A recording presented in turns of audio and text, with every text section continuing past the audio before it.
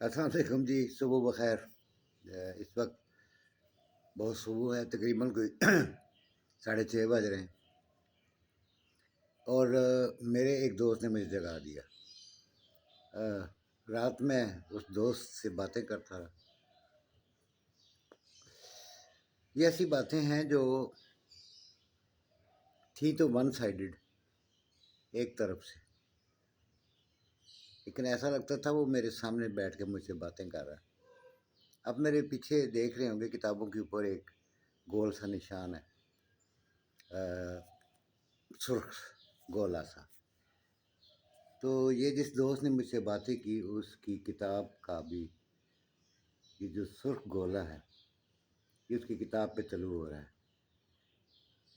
آپ سمجھ تو گئے ہوں گے کہ یہ جاپان کا نشان ہے، اور نیچے جو پہاڑ ہیں وہ بھی جاپان کے ہیں، جیسے ہٹاچی ہے، جیسے دیگر ان کے پہاڑ ہیں، ناگاساکی،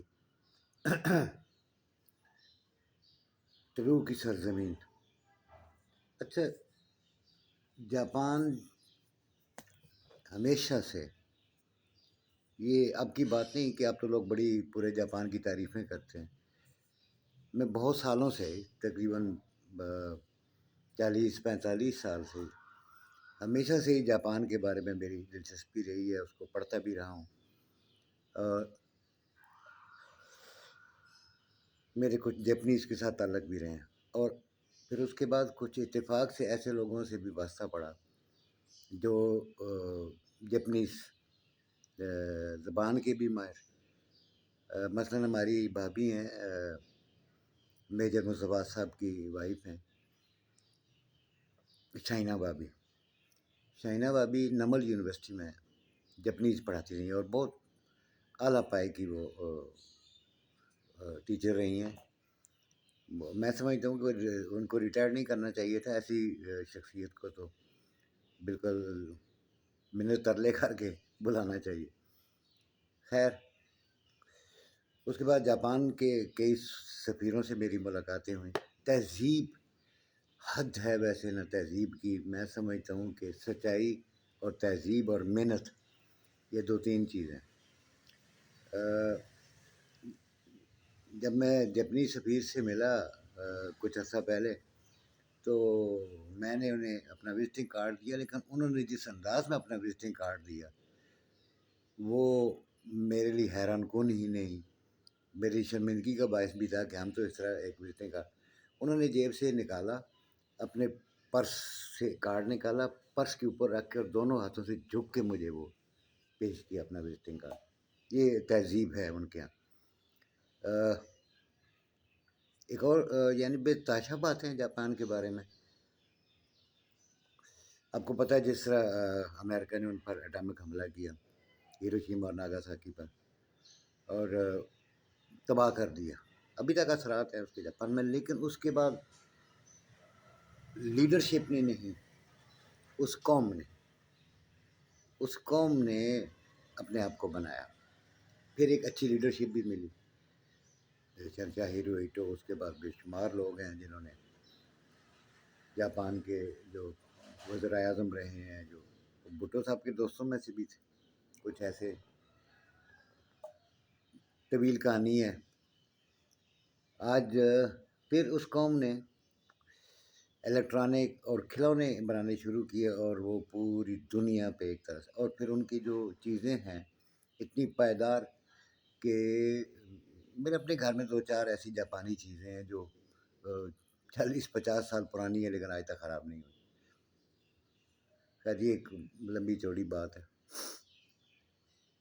اس وقت بھی جاپان میں پہلے 4-5 سال تو بچے کو کوئی کتاب کاپی نہیں پکڑائی جاتی، وہاں پہ تہذیب سکھائی جاتی، شائستگی، انداز۔ ہمارے ایک عزیز رہے بڑا سا طویل عرصہ جاپان رہے، تو جب واپس آنے لگے تو وہ اپنے ایک جاپنیز دوست کے گھر ملنے گئے تو بیل دی، ان کا بچہ باہر آیا، چھوٹا سا بچہ تھا، اس کو کہتے ہیں کہ جاپنی زبان میں کہ ابے کو بلا، تو اس نے کہا ابا گھر پہ نہیں ہے، کہتے جا یار دیکھ اندر ہی کہیں ہوگا ابا تیرا، جھوٹ تو نہیں بول رہا۔ اتنے میں اس کی ماں اندر سے آئی، وہ جانتی تھی، تو فوراً کہتی ہے امین صاحب آئیے، اندر آئیے، اندر لے جا کے ان کو اپنے کمرے کھول کے دکھائے کہ آپ دیکھ لیں کہ آپ کا دوست ہے یا نہیں ہے گھر پہ. آپ نے بچے سے کہا کہ جھوٹ تو نہیں بول رہے. اب یہ مجھ سے پوچھتا رہے گا کہ امی جھوٹ کیا ہوتا ہے. یعنی اس حد تک وہ شائستہ اور سچی اور کھری. یہاں پہ ہم جب کوئی پاسپورٹ بنواتے ہیں یا کوئی اور کام ہوتا ہے تو کہتے ہیں جائیں پولیس ویریفیکیشن کرائیں. وہاں کہتے ہیں جی پوسٹ آفس سے جائیں اور اپنی ویریفیکیشن کروا کے لائیں. ایسی زبردست قوم. بہرحال بات کہاں سے کہاں چلی جائے گی. میرا یار امجد صدیق بہت پیارا انسان. اچھا وہ انسان مطلب ایک ہوتا ہے نا کہ چلیں کوئی رائٹر ہے یا کوئی صحافی ہے یا جو بھی ہے، ایک ہوتا ہے کہ وہ سے بڑھ کے یہ دیکھیں، اس کی آنکھوں میں دیکھیں، اس کی شخصیت کو دیکھیں، آپ کو محسوس ہوگا کہ کوئی انتہائی بیبا سا انسان ہے. اور واقعی یہ بیبا انسان ہے. انہوں نے پہلے کوریا اور مختلف جب یہ گئے تھے پاکستان سے اللیگل تھے، انہوں نے ایک اس کی کتاب لکھی تھی اور بڑی محبت سے مجھے بھجوائی. اب یہ جاپان کہانی تقریباً کوئی 465 صفحات پہ مشتمل. یہ اس پہ لکھا تو سفر نامہ ہے، یہ سفر نامہ نہیں ہے. یہ انہوں نے بہت امجد بھائی یہ بہت غلط بات کی ہے آپ نے. یہ سفر نامہ نہیں ہے، نہ یہ سیاحت نامہ ہے، یہ تو قیامت نامہ ہے. آپ نے کمال کر دیا.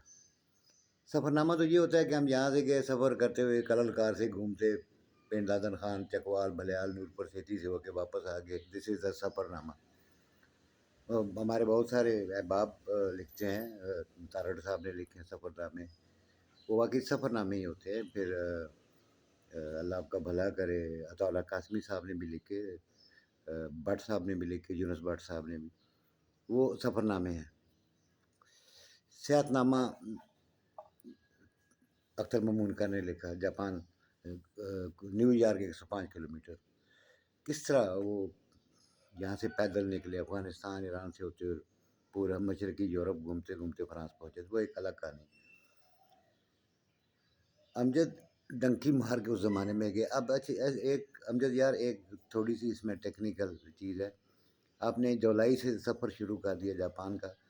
کاش ساتھ ساتھ افسان بھی لکھتے جاتے. ہمیں تو پتہ ہے لیکن قارئین کے لیے. خیر، اوریگاتو.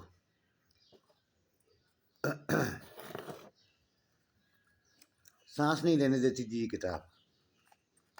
رات میں نے پڑھ لی یہ کتاب. کل شام کو بیٹھا تھا اور سانس نہیں لینے دی اس نے. ایسا چلت ہے اس بندے کا، ایسی خوبصورت. اچھا پھر میں ایک اور کہتا ہوں، آپ یقین کریں اس پہ ہمارے کچھ دوستوں کی آراء شامل ہیں. اس میں ڈاکٹر نجیبہ عارف ہیں، عطا اللہ قاسمی صاحب ہیں، میرے بہت پیارے خالد مجید خیت. انہوں نے کتاب کا بھی اہتمام کیا، ان کا بنتا بھی تھا. میں نہیں سمجھتا کہ اس کتاب کو کسی میرے جیسے یا کسی بھی بڑے کے تبصرے کی ضرورت ہے. یہ کتاب خود بول رہی ہے.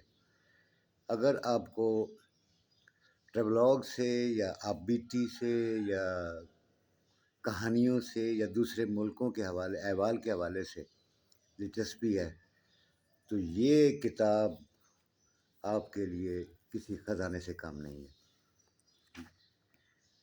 میں حقیقت بتا رہا ہوں کہ آپ شروع کریں گے تو پھر آپ بھول جائیں گے.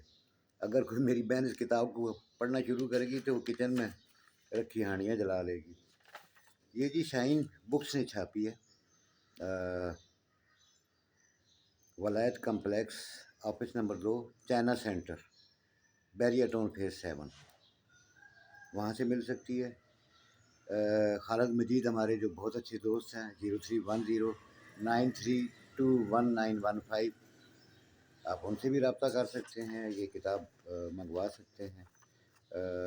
بہت ہی یہ اگر آپ کو ذرا سی بھی دلچسپی ہے لٹریچر سے بھی، اور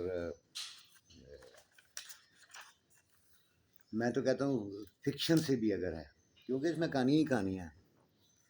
اور ایک جزوجیت کی. امجد صاحب کا نمبر دی، امجد صدیق کا 0322500158.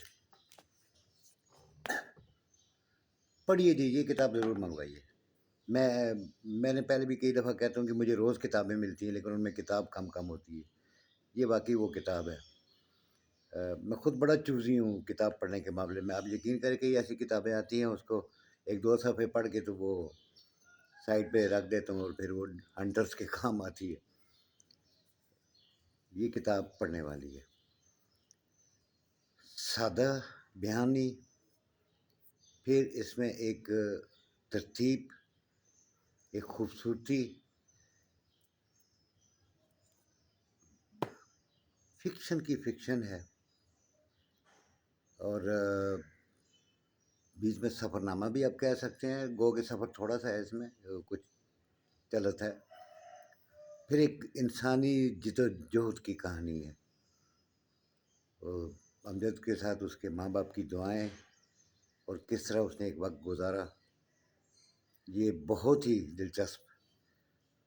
میں بار بار کہوں گا کہ اگر آپ کچھ بھی پڑھنے میں دلچسپی رکھتے ہیں، لٹریچر پڑھنے میں یا افسانہ پڑھنے میں یا ناول پڑھنے میں یا سفر نامہ پڑھنے میں یا آپ بیتیاں پڑھنے میں، یہ کتاب ضرور پڑھیے گا، اس کو آپ نے مس نہیں کرنا۔ سلامت رہیے جی، میں نے رابطہ نمبر دے دیے ہیں، باقی مجھے آپ جانتے ہیں اور میرا فون نمبر بھی اکثر دوستوں کے پاس ہے، اگر چاہیے ہوگی تو مجھے کہہ دیجیے گا، میں امجد بھائی کو کہہ دوں گا تو کتاب آپ تک پہنچ جائے گی۔ اور اس کتاب کی اگر میں کہتا ہوں کہ 10,000 بھی قیمت ہو تو کوئی کم نہیں ہے، خرید کے کتاب پڑھیے جی، اچھا بھی لگتا ہے، دوستوں کی حوصلہ افزائی بھی ہوتی ہے۔ سلامت رہیے، اوریگاتو۔